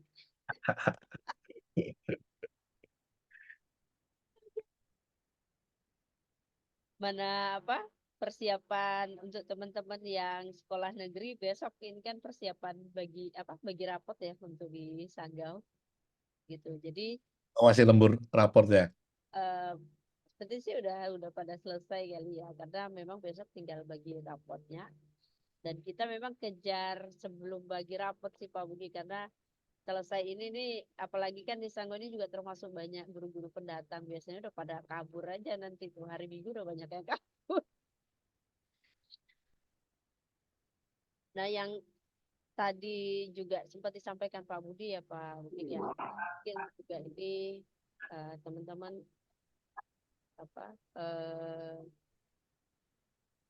sambil kita tunggu ya kalau yang menjadi dilema juga ya, salah satunya nih Pak, kalau di sini tadi itu bahwa takut menjadi kepala sekolah tuh mungkin bukan karena ada sih teman-teman yang memang kalau menurut pandangan kita secara ini memang pemimpin yang berdaya Pak. Cuma, nah ini nih ada nih, dan memang sempat juga saya waktu itu sampaikan ke tim TFA ya. Mereka ini banyak yang takut ditempatkan di tempat yang jauh, itu aja.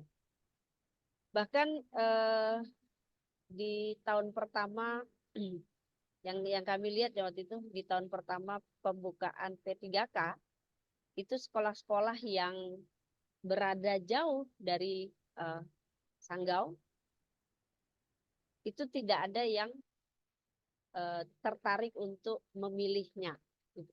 Jadi memang sekolah-sekolah yang di kampung lah kalau kita bilang itu kosong gitu, kosong semua. Dan ini nampaknya juga sama Pak dengan kasus kepala sekolah, dan biasanya di lingkungan kita sendiri itu ada pembicaraan-pembicaraan seperti itu. Ini ada komentar dari Ketua KGBN Singkawang nih Pak, baru di SK-kan belum lama ini, ada Bu Rika. Ya, yang isu kepala sekolah itu memang isu yang kompleks sih. Ada dua aspek Yang pertama terkait dengan aspek regulasinya yang tidak cukup sensitif terhadap kebutuhan kepala sekolah, tapi juga ada aspek komunitasnya. Bagaimana kapasitas dan persepsi guru tentang diri sendiri sebagai pihak yang berdaya. Sehingga memang butuh terobosan di dua hal itu yang ya memang per sekarang masih jadi PR kita semua, baik di level komunitas maupun di pemangku regulasi gitu ya, untuk melakukan penataan seperti itu. Jadi sesimpel semisal secara regulasi insentif buat kepala sekolah itu sangat kecil sekali. Kemudian upaya untuk pelindungan hak-hak dari kepala sekolah itu juga sangat lemah sekali. Padahal kepala sekolah itu resikonya sangat besar. Tapi juga sama di level komunitasnya, hal tersebut juga masih jadi PR gitu ya. Eh, PR kita untuk membangun kesadaran bahwa kita sebagai guru itu berdaya. Kita sebagai guru itu punya kewenangan gitu ya. Punya kewenangan untuk mengatur proses belajar diri kita. Jadi bahkan seringkali guru itu punya persepsi bahwa untuk ngatur proses belajarnya sendiri itu nggak nggak berdaya gitu. Apalagi ngatur ruang kelas, apalagi ngatur hal-hal yang lain. Nah, itu kan juga PR juga. Karena kalaupun nanti regulasinya dibuka, ada insentif yang besar di kepala sekolah, ada dukungan yang lebih besar, kalau di sisi komunitasnya juga nggak kebangun, nanti justru yang manfaatkan insentif-insentif itu adalah orang-orang yang semata-mata cuman bisa jadi bos, bukan menjadi pemimpin. Nah, itu kan harus dikombinasikan antara potensi dengan kesempatan. Yang ya dua-duanya memang masih perlu dikerjakan. Tapi setidaknya apa yang bisa kita lakukan per hari ini adalah bagaimana kita menjadi guru yang berdaya itu, guru yang mampu mengatur tanggung jawab kita gitu ya.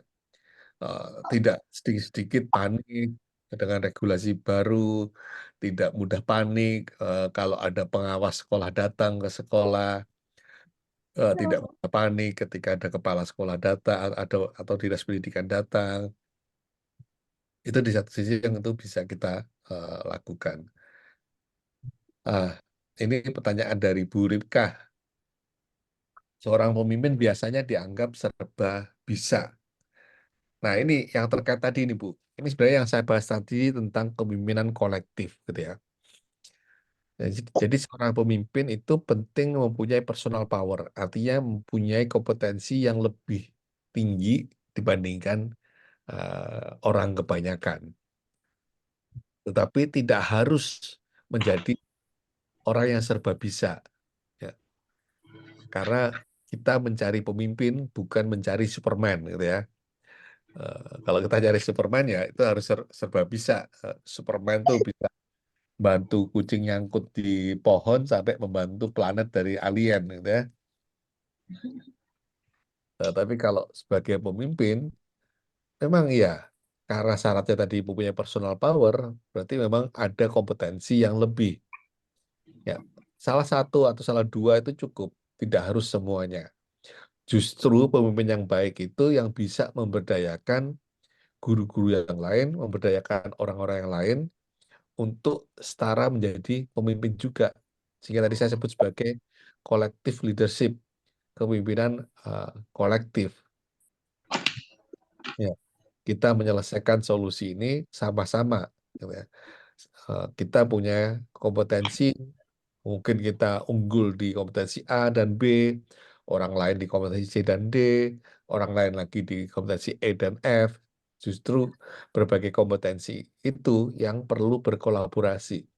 Jadi namanya kolaborasi itu teman-teman, itu adalah masing-masing pihak berkontribusi, punya kemampuan, punya kebisaan yang berbeda-beda, yang kita sumbangkan dalam sebuah kolaborasi, sehingga kolaborasinya itu bisa berjalan.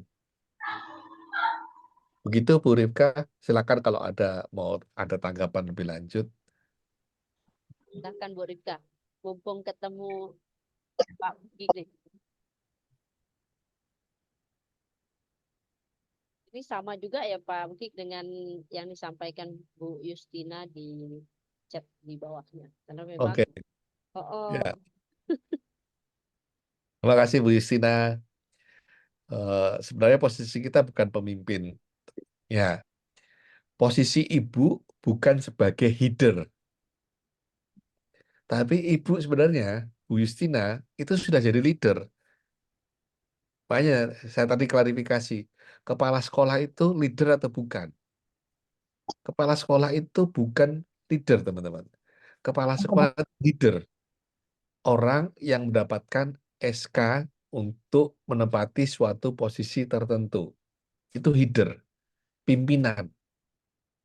Ya, tapi pimpinan belum tentu seorang pemimpin. Ya idealnya ya pimpinan adalah orang yang punya kapasitas sebagai pemimpin gitu ya. Makanya kita punya program guru penggerak, makanya jadi kepala sekolah harus diseleksi dulu dan segala macam. Itu kan untuk memastikan bahwa setiap pimpinan itu mempunyai kapasitas sebagai pemimpin. Ya. Tapi bisa dibalik juga, untuk menjadi pemimpin tidak harus menempati posisi sebagai pimpinan. Saya melihat di banyak sekolah, di banyak organisasi, orang-orang yang berpengaruh, yang menggerakkan organisasi itu justru bukan orang-orang yang menjadi pimpinan. Kenapa? Ya karena mereka punya personal power gitu ya. Eh, Nasihat-nasihatnya didengarkan. Kompetensi-kompetensinya bisa diandalkan. Ya. Kalau punya janji bisa diandalkan. Dan mereka memang kemudian menjadi pemimpin non formal gitu ya, pemimpin yang bukan pimpinan.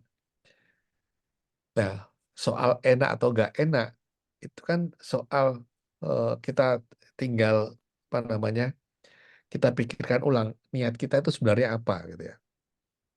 Kita punya kompetensi itu niatnya untuk apa? Niatnya mau mencari perhatian, caper, atau mau bantu. Ya kalau kita niatnya mau bantu, ya apa apa masalahnya gitu ya? Kenapa kita justru yang merasa kurang enak? Ya, toh kita tulus gitu ya membantu orang lain, membantu orang lain untuk menyelesaikan persoalannya, membantu memberikan arahan, membantu untuk memberikan nasihat.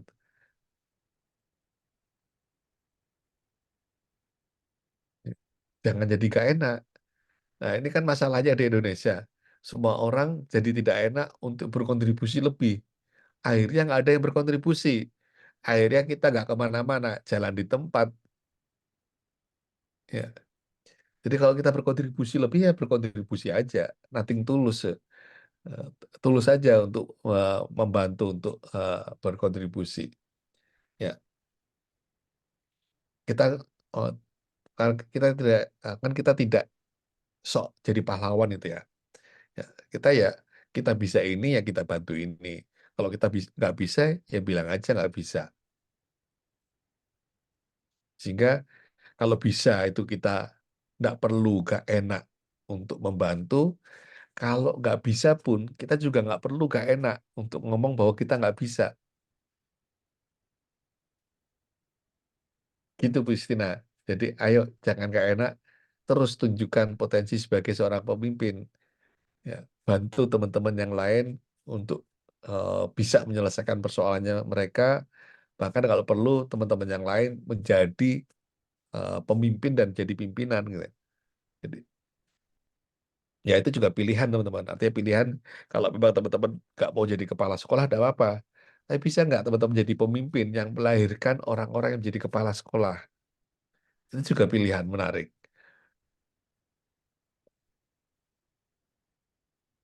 Atau kita membantu siapapun yang menjadi kepala sekolah. Kita tunjukkan dukungan kita kepada orang yang menurut kita layak untuk menjadi kepala sekolah. Itu juga suatu yang dibutuhkan oleh eh, teman-teman kita yang lain, dukungan dari kita.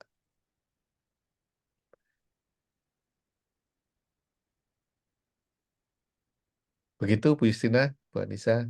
Silakan kalau ada tanggapan yang lain. Bebas kok, luas kok teman-teman. Topiknya bisa ngomong kemana-mana. Ada kalau pemimpin kan kemana-mana ya obrolannya ya. Benar, Pak. Karena nanti apa ya, kalau tadi kita menanggapi juga apa yang disampaikan oleh Bapak, kita dapat membantu teman-teman yang memang memiliki potensi untuk menjadi pemimpin atau justru membantu tadi kepala sekolah. Nah, tapi kadang-kadang nih ya Pak ya, tapi nggak tahu nih, ini yang saya lihat lah ya, atau mungkin juga ada teman-teman yang, nah ini juga ada teman-teman yang mungkin merasakan gitu ya. Nah, ada juga nih bukan pemimpin, maksudnya ada juga kepala sekolah yang apa ya? Kalau mau kita katakan gengsi gitu ya Pak ya. Gengsi justru dibantu oleh gurunya nih yang sebenarnya memiliki tadi itu personal power gitu. Memberi masukan yang sebenarnya atau apa gitu. Nah, ini yang juga kita lihat banyak yang terjadi. Ya, sungkan ya. Ya, eh, eh, gimana ya? Bukan sungkan sih Pak. Jadi tadi itulah merasa pemimpin, merasa pimpinan gitu ya. Jadi kalau kita dikasih masukan tuh ya kalau gengsi ya dia malu ya, tapi merasa bisa lah akhirnya gitu.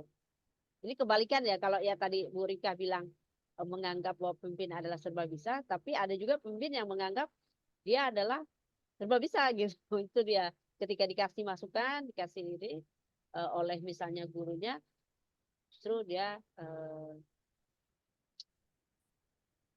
nggak mau lah gitu intinya. Ya, ya, ya, sangat sangat mungkin sih, sangat mungkin karena eh, ketika belum punya kapasitas sebagai pemimpin, kemudian ditempatkan sebagai seorang pimpinan, seringkali secara ego personal pun juga tidak siap gitu ya, tidak siap untuk mendengar masukan dan kritikan dari orang-orang. Itu sangat sangat umum, apalagi untuk yang mereka baru menjadi eh, pimpinan. Ya, padahal tadi menjadi pemimpin itu bukan sebuah perlombaan untuk menjadi orang yang serba bisa. Pemimpin, lead gitu ya. Pemimpin, atau kalau kita ngomong bahasa Inggrisnya adalah leader, itu adalah dari lead. Itu kan tugasnya membawa tim dari suatu kondisi ke kondisi lain. Artinya itu kayak kayak orang yang gampangnya itu kayak orang yang nyebrang jalan dulu teman-teman. Orang nyebrang jalan. Pemimpin itu membantu timnya untuk nyebrang jalan dari kondisi di sebelah kiri ke sebelah kanan gitu ya. Ya, kenyataannya kalau nyebrangkan jalan, ya orang-orangnya itu tetap tetap jalan sendiri kok. Ya, jadi pemimpin penyeberang jalan itu bukan berarti kita gendongin semua anggota tim dari satu sisi jalan ke sisi jalan yang lain. Pada dasarnya kan mereka tetap jalan sendiri. Kita hanya memberikan arahan. Kapan waktu yang tepat, gimana caranya dari dari satu sisi ke sisi yang lain. Pada dasarnya mereka secara mandiri melakukannya gitu ya. Dan tentu itu eh, artinya semakin berdaya timnya, maka semakin eh, senanglah, bahagialah pemimpinnya karena bisa secara mandiri untuk mengarahkan dirinya sendiri. Jadi tugasnya pemimpin, keberhasilannya pemimpin itu bukan semakin banyak bisa membantu anggota timnya. Awalnya memang membantu anggota timnya gitu ya. Tapi ukuran keberhasilannya adalah kalau timnya bisa mengatur, bisa memimpin dirinya sendiri. Makanya metafornya itu ruang kelas yang paling tepat itu. Guru yang berhasil adalah guru yang ketika tidak di kelas, murid-muridnya tetap belajar. Itu kan kelas yang berdaya. Kelas yang tidak tergantung pada kehadiran guru. Ya. Tetapi awalnya ya tetap gurunya yang ngerintis dengan hadir, dengan melakukan refleksi, melakukan asesmen di awal pembelajaran, membangun kesepakatan, melakukan refleksi berkala dan segala macam, sehingga kelas itu eh, apa namanya bisa mengatur dirinya sendiri, pembagian peran, murid-muridnya kapan menjadi pemimpin, gitu ya, bagaimana pergantian tugas antar murid. Ya, itu kalau kita kelola dengan baik, pada ujungnya kelas itu akan mandiri belajar, akan merdeka belajar, mampu mengatur dirinya sendiri. Nah, ukuran keberhasilan pemimpin seperti itu juga, sama seperti ukuran keberhasilan guru. Kalau guru adalah ukuran keberhasilan adalah kelasnya, murid-murid di kelasnya bisa mengatur sendiri proses belajarnya. Ketika jadi seorang pemimpin juga seperti itu. Ketika timnya bisa mengatur sendiri pekerjaannya. Sehingga kalau ada inisiatif-inisiatif dari murid, sama seperti kalau ada inisiatif-inisiatif dari anggota timnya, ya itu sesuatu yang justru penting, justru dibutuhkan agar eh, kelasnya atau agar timnya itu bisa berdaya. Nah, ini yang seringkali eh, mispersepsi gitu ya, miskonsepsi. Seolah-olah kalau jadi pemimpin itu harus jadi superhero gitu ya, selalu menjadi dewa penyelamat.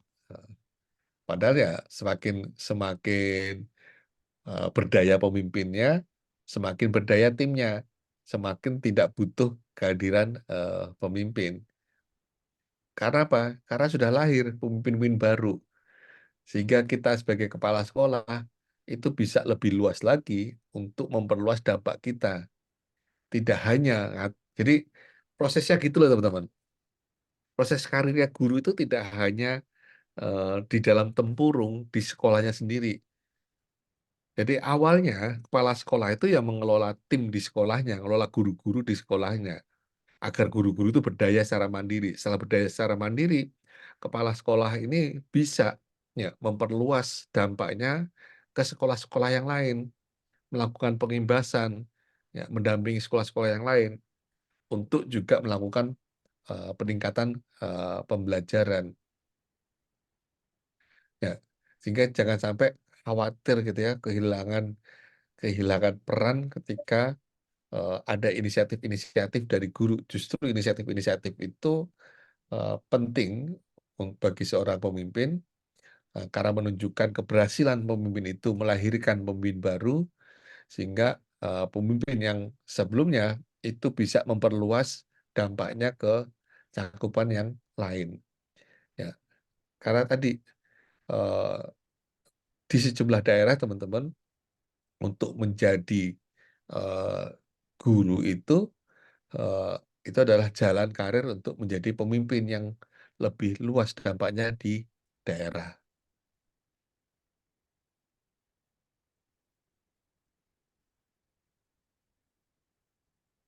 Ya, dari Bu Ariana ya, Ya, Pak. kadang kontribusi tulus kita dianggap sebagai cari muka. Nah, itu teman-teman. Ya, begitulah Bu Ariana. Kalau kita itu punya niat baik, itu selalu ada godaannya. Ya, setiap kali ada niat baik gitu ya, mau bantu secara tulus, itu selalu ada godaannya. Dianggap inilah, dianggap itulah, itu wah ya, memang seperti itu. Eh, itu ya berarti ya yang dilakukan Bu Ariana sudah on the track. Ya. Tinggal pastikan bahwa memang kita benar-benar mau bantu, bukan untuk kepentingan semata-mata kepentingan diri kita ya, tapi untuk kepentingan kita bersama. Ya, ya emang gitu. Ya, ya di apa ya nggak usah didengerin lah. Kalau kita mendengerin semua orang itu nanti kita yang bingung sendiri kok.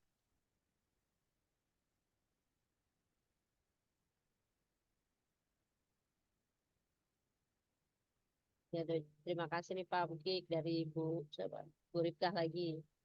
Jadi sebagai seorang pemimpin pun perlu mendapatkan pengakuan bahwa dia memiliki kemampuan yang lebih ya Pak. Ya, walaupun ya tidak serba bisa ya, karena kan kita tidak harus serba bisa ya.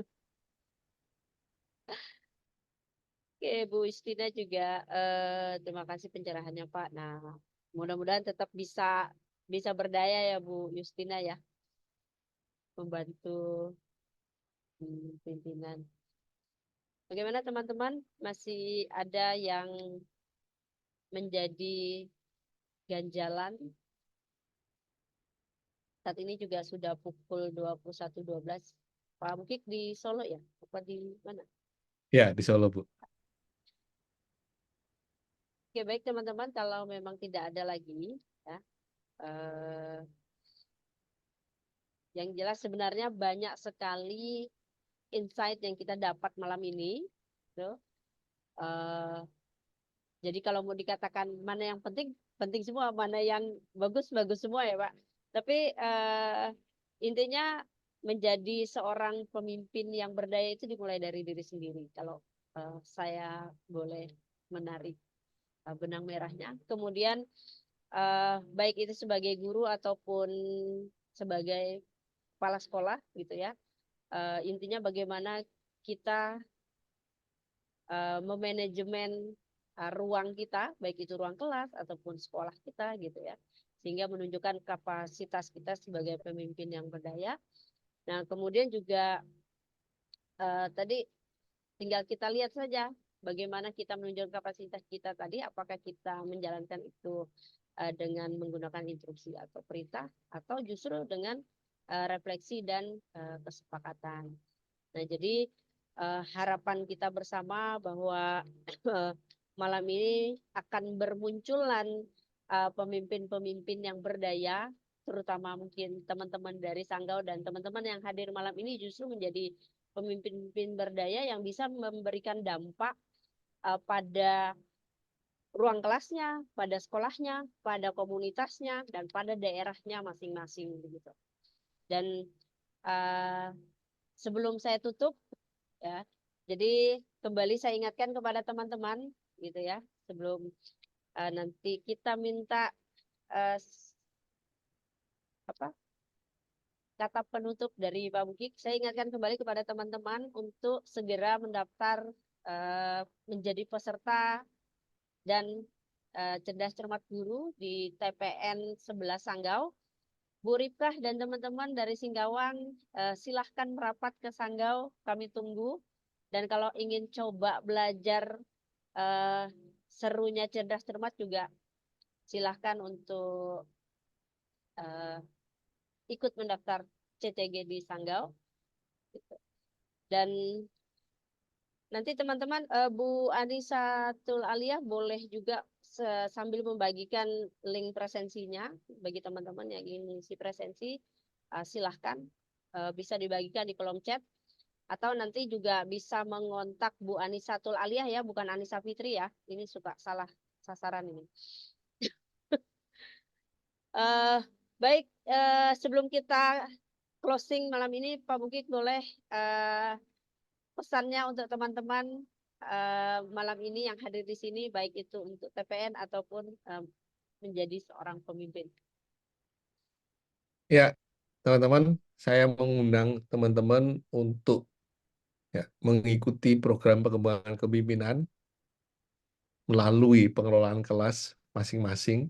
Jadi maknai pengelolaan kelas itu sebagai program pengembangan kepemimpinan, sehingga setiap orang, setiap guru bisa menjadi pemimpin yang berdaya, setidaknya di ruang kelasnya. Dan kalau dari itu berarti itu adalah bonus gitu ya. Tapi setidaknya di ruang kelas kita, sehingga kita bisa berdampak pada murid-murid. Yang kedua, kalau ada rekan guru yang lain yang punya potensi untuk menjadi pemimpin, jangan ragu-ragu untuk memberikan pengakuan, jangan ragu-ragu untuk mengikuti, dan jangan ragu-ragu untuk mempromosikan guru tersebut ke komunitas yang lebih luas. Ya. Jadi kalaupun kita tidak menjadi pemimpin, setidaknya kita bisa menjadi pendukung terhadap orang-orang yang punya potensi menjadi pemimpin yang berdaya. Begitu dari saya. Semoga kita bisa melihat lahirnya pemimpin-pemimpin nasional dari guru-guru di Sanggau. Terima kasih. Terima kasih Pak Bugi sekali lagi untuk kehadirannya di Sanggau malam ini membersamai teman-teman. Dan yang tentunya kami juga sangat berharap Pak Bugi bisa hadir secara offline di Sanggau. Oh, baik itu di acara TPN atau mungkin justru nanti di acara penandakan tanganan kesepakatan kerjasama kita dengan Dinas untuk TFA ya Pak ya. Ya. Yang jelas tetap kami tunggu di Sanggau.